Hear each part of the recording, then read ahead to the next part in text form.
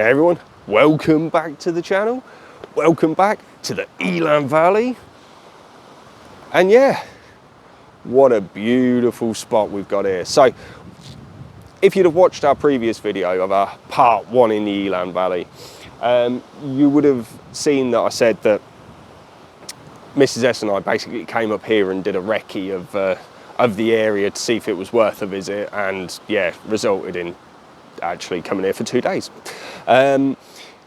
What I will say is, when we were driving around Elan Valley just looking for spots, this is one of the ones that we actually found. So you've got this beautiful old stone bridge there, and there is a waterfall, but you can't really see it coming through all these rocks. Unfortunately, the rocks have been carved out by the river, so it is actually really difficult to get a shot with that in there.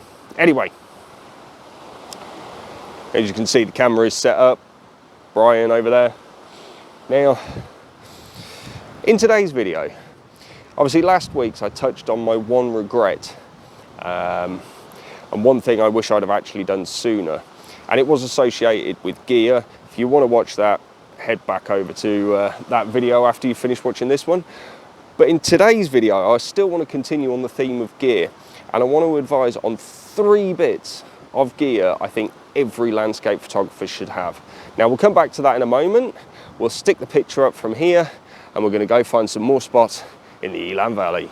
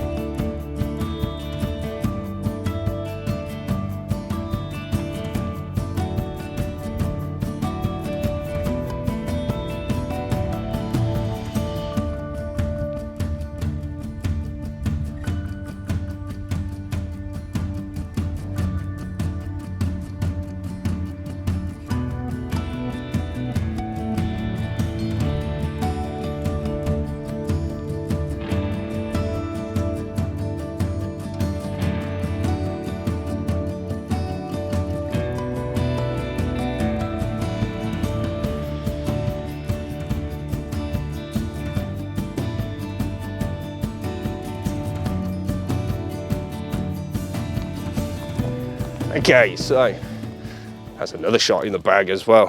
What a beautiful view that was down there. So, first bit of equipment that I think every landscape photographer should own. First of 3, that's also as well not a camera or lens related, and that's a good tripod. Now, obviously, you know, I've got Brian, 3-legged thing, and I absolutely love it. Now, one thing I will say about all 3 of these things is that you buy cheap, you buy twice. Make sure you're making a good investment. I've had 3 tripods now, and this is the best one. It was the most expensive one that I've bought. My first one, to be fair, was before I actually started doing landscape photography, and it was just too heavy. It was a proper solid aluminium one.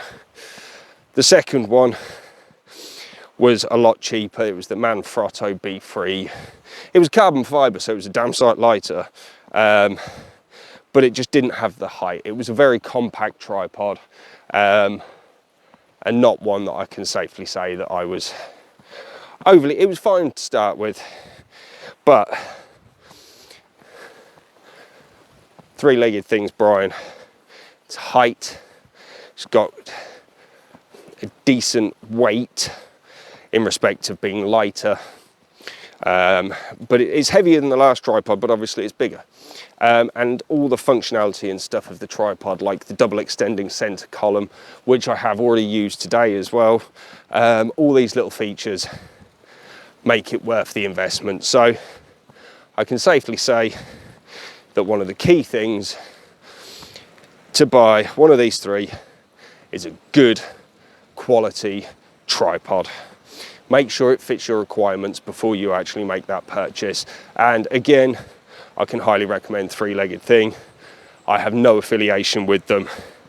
I have contacted their customer support recently and they were brilliant as well. So I definitely cannot argue with that.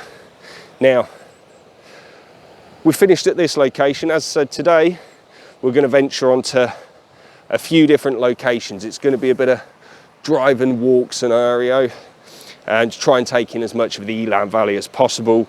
I know this is going to be somewhere I'm definitely coming back to because it's just redonkulous how beautiful it is. So yeah, stick with us. Let's go see what else we can find.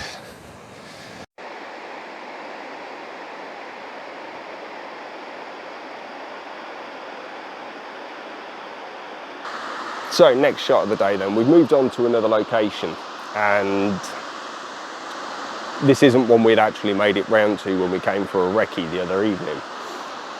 So we've made it round to one of the dams. Now, the problem that we've got is, you've probably just seen from some B-roll, that it's very densely wooded, and unfortunately there's no way to get a better vantage point. Now, I've kind of come to somewhere a little bit perilous. You can see those rocks that just drop straight down? Yeah, you know I like to do silly things. Please, if you're out doing landscape photography, don't go, oh well Mike does it, and get into some stupid positions and risk injuring yourself. It's not advisable. But yeah, so I've come into this slightly perilous area because I really wanted this shot. Now what you've got behind us, I'm going to struggle to spin round, is you've got the dam just there with all the water rushing over it. Now, what I've done with this shot, because of the amount of trees and stuff either side, I'll spin you back round so you can see, is I've kind of not used it as the main focal point, just a bit of background to make the shot really. It's not the main point of focus. What I have actually got as well is, you can see these rocks, I'll just gently point down here, that's part of my foreground. And then you've got the trees either side of it. I'm actually really happy with the shot, considering I would have much preferred to have a shot of the dam with all that rushing water. There's no chance that I can actually get down any lower onto this bank or anything like that. Yeah, so I'm really happy with the shot that I've got. So I'll stick it up in a minute and we'll see how it comes out. You can get a shot of the dam from up at the top. It's like a viewing point. I may grab a shot from there. It will probably just be more of a snappy record kind of thing. But yeah, I'm gonna have a look around because the views over the other way into the valley as well were a lot nicer. Or really nice, I should say, not a lot nicer. Looked really nice. So we're just gonna try and find a vantage point around there, and then we might actually have a drive on to another location. This place is so vast and so beautiful, it just would be criminal to not see more of it while we can.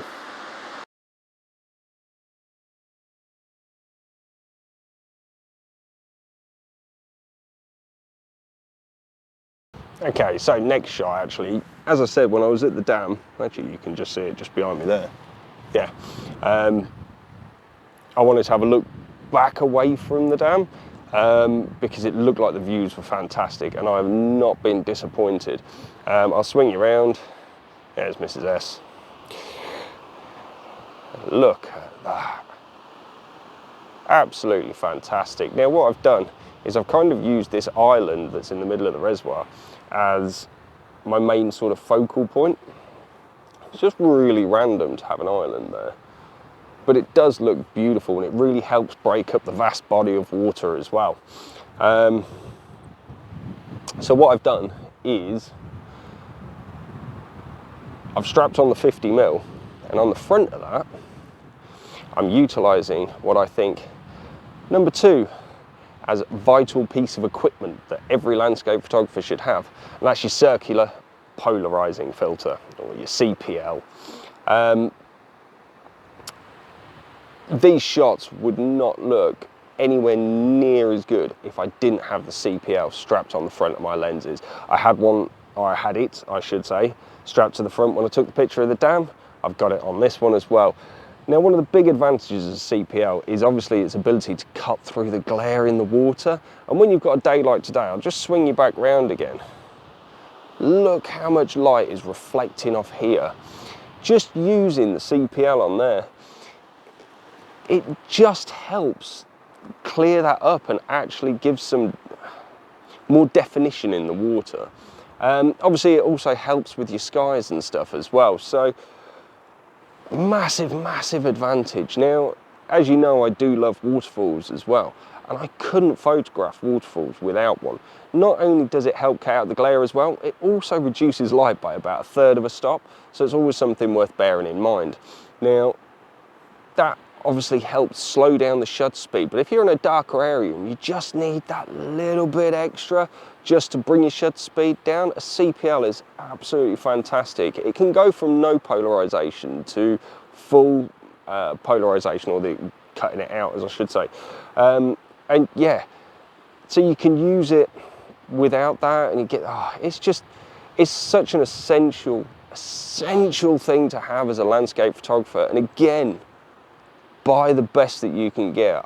I use Format High Tech, ironically, designed, created, built in Wales, which is where I am now. But yeah, it's so vital, and I can swear by them. Again, no affiliation to Format High Tech at all, but they are absolutely fantastic filters. They've just come out with a new magnetic range as well, as most manufacturers are. It's definitely worth checking out. But yeah, let's have a look at this shot and let's see how that CPL did.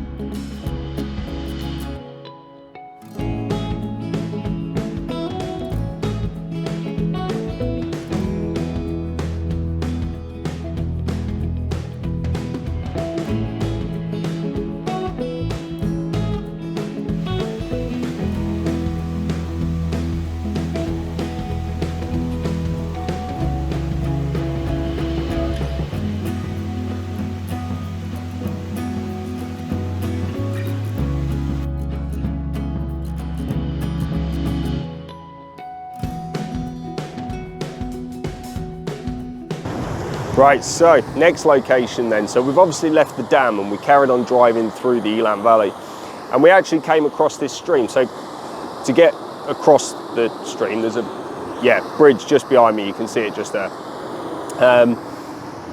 But what caught our eye was this bad boy with these hills in the background. Now, I got set up and I've got the ultra wide angle, the Sigma 12-24 f4 on.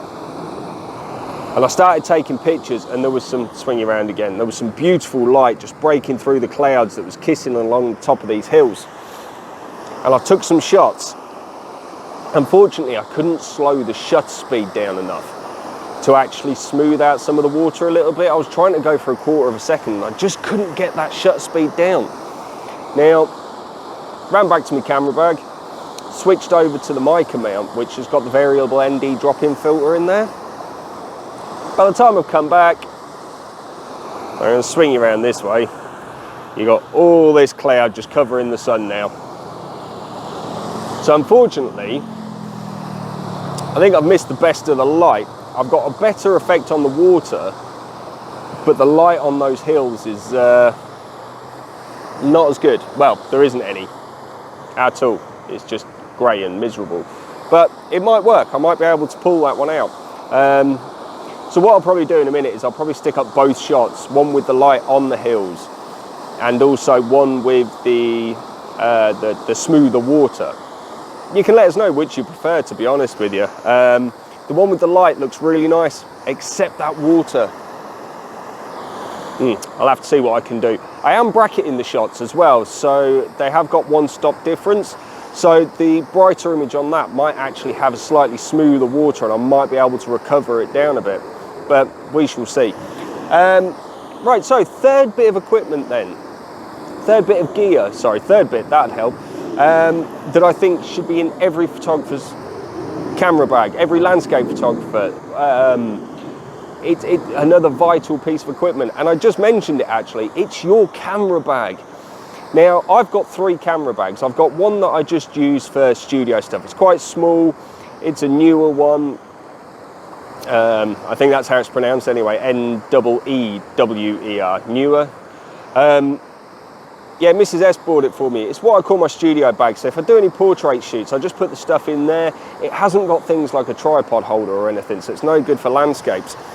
I've got my really old Tamrock bag, and the padding has gone in the straps. The material is starting to tear on the inside, and yeah, it needs replacing. And then I've obviously got the new camera bag that I mentioned a couple of years ago in one of my earlier videos.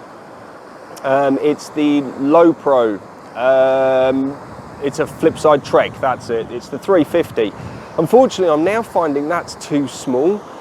So what I would say is, when it comes to the camera bags, you've got to make sure you get the right one. You need one that's going to be able to carry all your gear without being too big. If you're possibly going to expand your gear, you've got to allow for that as well. So I'm just making sure the camera's still all right and checking on the light on those hills in case it breaks again. But obviously it's a very good investment. And again, buy cheap, buy twice. I've had that Tamrock for years and it's just falling apart now. But I mainly use that when I go out and do graduations because it's a bigger bag that I need a few things to take with me. Sorry if you can hear that plane as well. But yeah, camera bags are definitely one of those things as well where I would recommend going into a camera shop and actually trying them out and seeing it in person, because it's one of those things that you really need to make sure will fit all of your needs. So yeah, there you go. That's my 3 essential bits of gear that every landscape photographer needs that isn't essentially camera and lenses. So yeah, right. I don't think that light's changing at all. So we're going to pack up here and we're actually going to head back now. There is one location that we passed, and we've seen it when we did the recce as well, that I want to go back to before we actually head back tonight. It's going to be a chippy because it's our last stay in Wales.